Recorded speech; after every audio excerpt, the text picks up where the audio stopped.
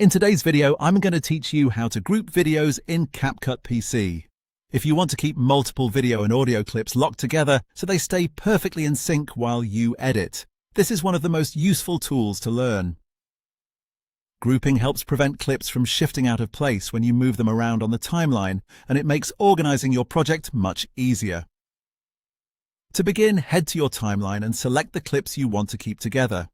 You can do this by holding down the Control key on your keyboard and clicking each video or audio clip one by one.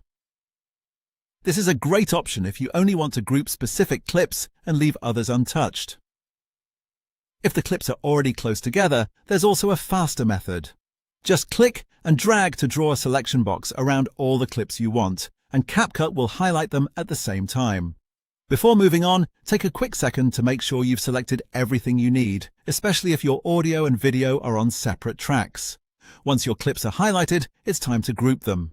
Press Ctrl and G on your keyboard and CapCut will instantly combine those selected clips into one grouped unit. You can also right-click on any of the selected clips and choose Group from the menu if you prefer using the mouse. Either method does the same thing, so use whichever feels more comfortable for your workflow. After grouping, those clips are now treated like a single block, which makes editing much more convenient. Now try moving the group. Click and drag any part of the group section on your timeline.